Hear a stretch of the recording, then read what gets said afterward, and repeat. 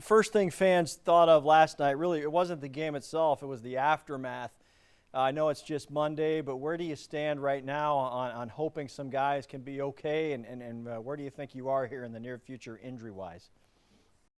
Well, we'll find out about a bunch of guys tomorrow because some of the MRIs are going to wait till swelling goes down.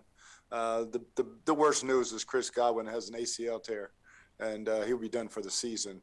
We'll wait and see on Mike and Leonard, and Levante, and Pat O'Connor, waiting on all those MRIs to come in. Okay. If a team is in a certain position at the end of the season where it's just a lost season and you're finishing it out, I know that a loss like that can be devastating. What does it do to a team that's in the mix, in the thick of it, and has had a little damage big picture-wise? What does a loss do to a team in that instance? Well, you learn from it. You learn from it, and you get ready for the next one. And hopefully, you fix those problems that you had in this ball game, whether it was intensity offensively and special teams, and you don't lose sight of the great defensive performance. The Saints defense, I mean, they got fair due in this game and fair attention, but what happened offensively that you think you guys just got out of sync, even when guys were out of the game and you were playing some different guys at receiver and running back? Yeah, I thought early in the ball game we were okay, and then when Mike goes down and Chris goes down, it changes it some. We dropped some balls we don't usually drop, and I think some guys were pressing a little bit, but we just got out of sync and did not match their intensity. Tom Brady, when he's throwing to guys like Jalen and Scotty, maybe guys he doesn't get the most reps with, it has to be so precise. How off did Tom look last night when the other guys were trying to fill in? He was right. He was spot on. It was just, some of those guys just got to get open. When you're one-on-one and he comes to you, you got to get open, and that didn't happen sometimes. When you play the Saints and you're going up against the Cam Jordans of the world, it's one thing if they beat the Lima one-on-one, but even if he's halfway through beating the block, is it almost as if the play is over? The Saints are that fast on their pass rush? Well, they're a heck of a combination because they got a great front four, but they got an excellent secondary, and some of those were coverage sacks. We did get beat. Cam beat Alex Cappa one time clean, and but other than that, most of them were coverage sacks. The final interception that I guess sealed the night, really. What did you see on that play when you saw the Gardner pick?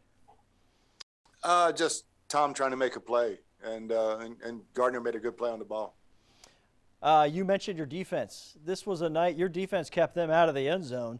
It was a one-score game for the most part. This was everything you ask for in a defense in an intense matchup like this. So who stood out for you defensively that we could speak some positives from this game? Oh, gosh, Levante and Devin, the whole front four, all played extremely well. The secondary, other than two plays, we gave up a long pass that should have been intercepted. We just didn't play the ball well. And then we dropped an interception that led to a two-score game. So other than those two plays, I thought we just played fantastic defensive. And you were shorthanded again defensively last night going in your defensive backfield. How jarring was that over the weekend heading into this game, and how did everybody respond? I thought Andrew Adams played a heck of a ball game, stepping in for Winfield. And, Sean and everybody else, Pierre Desir, he had a big pass breakup. So the secondary just keeps stepping up and doing whoever's next man up does a hell of a job. Our receivers got to do that now. I know you missed a field goal. It was one possession regardless. However, it was a missed field goal and a couple of punts. I know we never mentioned the special teams unless something happens like that. Were you disappointed collectively in special teams? Yeah, I think our kickers have to both kick better. We can't miss that. In that type of game, when we make that field goal and Tom doesn't fumble, that's 6-6. And even as poorly as we were playing, those two plays were very, very critical. Looking forward now, this top four in the NFC, it's so tight. I mean, Green Bay nearly loses before you guys hit the field. Dallas has gotten themselves right back into the mix for seedings. How important is this week and each week after now? I don't know if there's room for error. No, we got to win this week and get the division. And and then finish out the last two. But we got to win this week and bounce back for sure.